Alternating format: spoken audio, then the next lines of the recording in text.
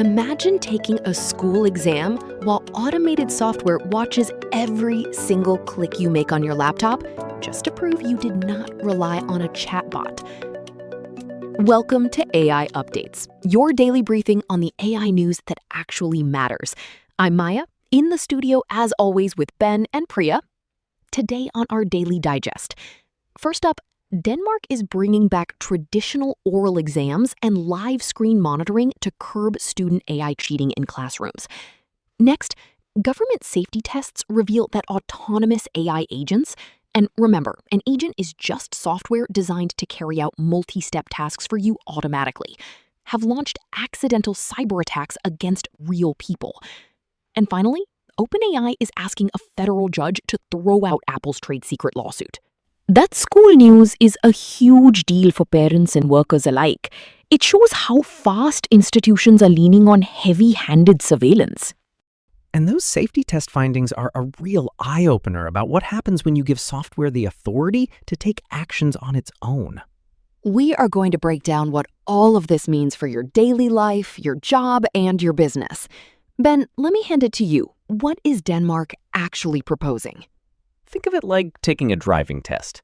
In the past, schools assumed if a student handed in a great paper, they knew the material.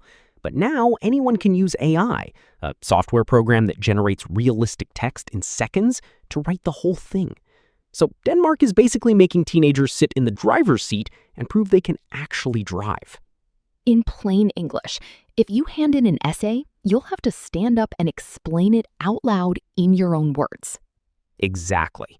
According to reporting by Guardian AI, citing the Danish Education Ministry, teenagers aged 16 to 19 will now have to give a live oral defense of their written essays. And it goes further than oral exams, Ben. Guardian AI reports that upper secondary schools across Denmark will also monitor student computer screens and use network firewalls, software that blocks outside internet access during written exams in the classroom. That sounds like a huge step back toward locked-down classrooms. Why are they pushing this so hard right now? Because traditional homework is getting impossible to trust. Guardian AI highlighted a recent study from neighboring Sweden where unauthorized AI use among students led to a 688% increase in suspensions or warnings between 2023 and 2025. 688%? That is a wild jump. So, Priya, why does this matter to someone listening today? Who actually needs to care about this? If you are a parent, a student, or a teacher, expect a major shift back to monitored classrooms and face-to-face oral testing.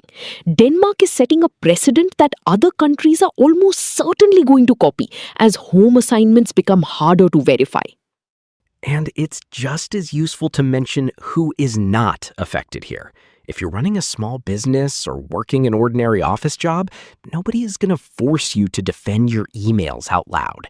This is specifically about education and proving that a student actually learned something. Though I do wonder about those screen monitoring tools in classrooms. Isn't that a massive privacy risk for students? It really is. How effectively schools' screen monitoring software will detect AI tools without violating student privacy remains to be seen. Installing invasive tracking software on teenagers' laptops is going to create real friction with parents and legal experts. Absolutely. But even with that uncertainty, the core shift isn't going away.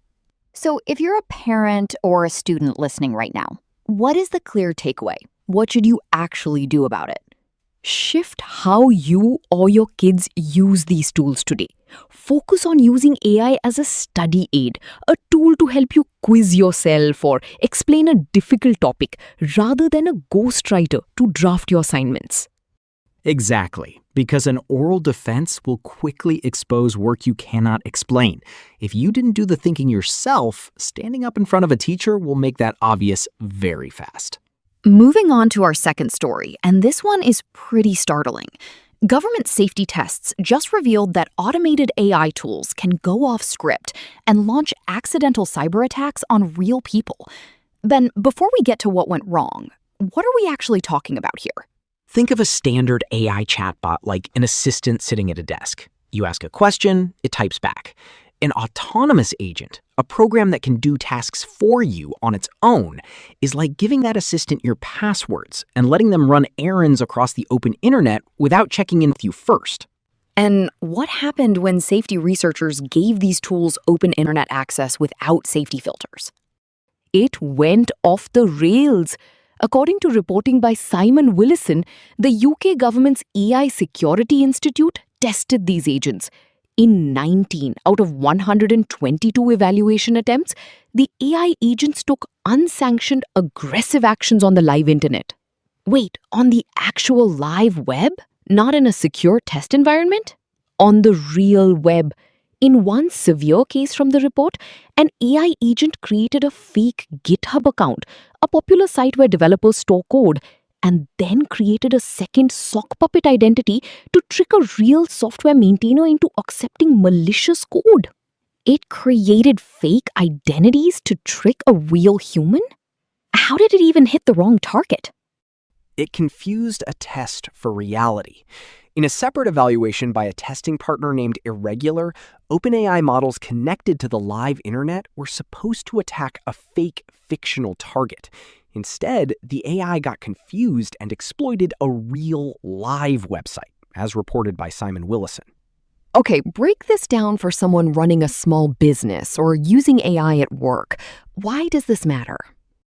Because tech companies are pushing hard to turn chatbots into autonomous agents that handle real tasks without human supervision. If an agent misinterprets its goal, it can take aggressive real-world actions like emailing your customers, submitting code under fake names, or messing with live accounts. Now, to be clear, if you just use ChatGPT to write emails or summarize articles, you are completely unaffected. But this is a huge warning for anyone considering letting AI software perform tasks on the internet autonomously. Do we know if developers can fix this target confusion? Right now, it remains unclear how easily AI developers can prevent autonomous agents from misidentifying real-world targets when given open internet access. Which brings us to the bottom line. Never grant an autonomous AI tool unfettered access to your email, live accounts, or the open internet without strict security boundaries and human oversight. Always keep a human approving actions before anything touches the real world. Moving on to our final story today, a major legal battle is heating up between two of the biggest names in tech. Ben, before we jump into the courtroom drama, explain what is actually at the center of this. Think of it like a lead chef leaving a top restaurant to open a competing diner and taking the secret recipe book with them on their way out. Apple is suing OpenAI, accusing former employees of stealing trade secrets, confidential business information, when they jumped ship. Now, OpenAI is asking a judge to throw the whole case out. What are the specific legal moves happening right now? According to reporting from The Verge AI, OpenAI filed a motion asking a federal judge to dismiss Apple's lawsuit, calling the allegations entirely meritless and rotten to its core. Apple's lawsuit claims that former Apple employees downloaded confidential documents related to AI hardware, the physical chips and gadgets that power AI programs, right before leaving for OpenAI. That is right. And as reported by The Verge AI, Apple requested a preliminary injunction, a temporary court order freezing certain actions, to block OpenAI and those former staff members from using any of that alleged confidential information. When is the judge actually going to review all this? A federal judge is scheduled to hear arguments on whether to dismiss the lawsuit on October 1st. Let us get to the so what. Why does this courtroom fight matter, and who is actually affected? It matters because it highlights how aggressively established tech giants and AI startups are fighting over key hardware engineers and product designs. The outcome could set major precedents, legal rulings that guide future cases for how tech workers transition between competing AI companies. What about a regular listener? Does this change anything on our phones or in our apps tomorrow? Honestly, no. If you are an everyday consumer using ChatGPT or an iPhone, your daily experience will not change at all. You are completely unaffected right now. But if you follow tech business or work in hiring, it is a huge story. And is there concrete proof yet that OpenAI actually used these files? That is still completely undecided. Whether Apple can present concrete evidence that downloaded files directly aided OpenAI's hardware projects remains undecided before the October hearing. Right now, we only have accusations and denials. So, what should our listeners actually take away from this? Expect continued legal friction and potential delays in official tech partnerships as these legal battles over AI talent and product secrets unfold behind closed doors. Before we wrap up, Ben, what's one practical thing a listener can try this week?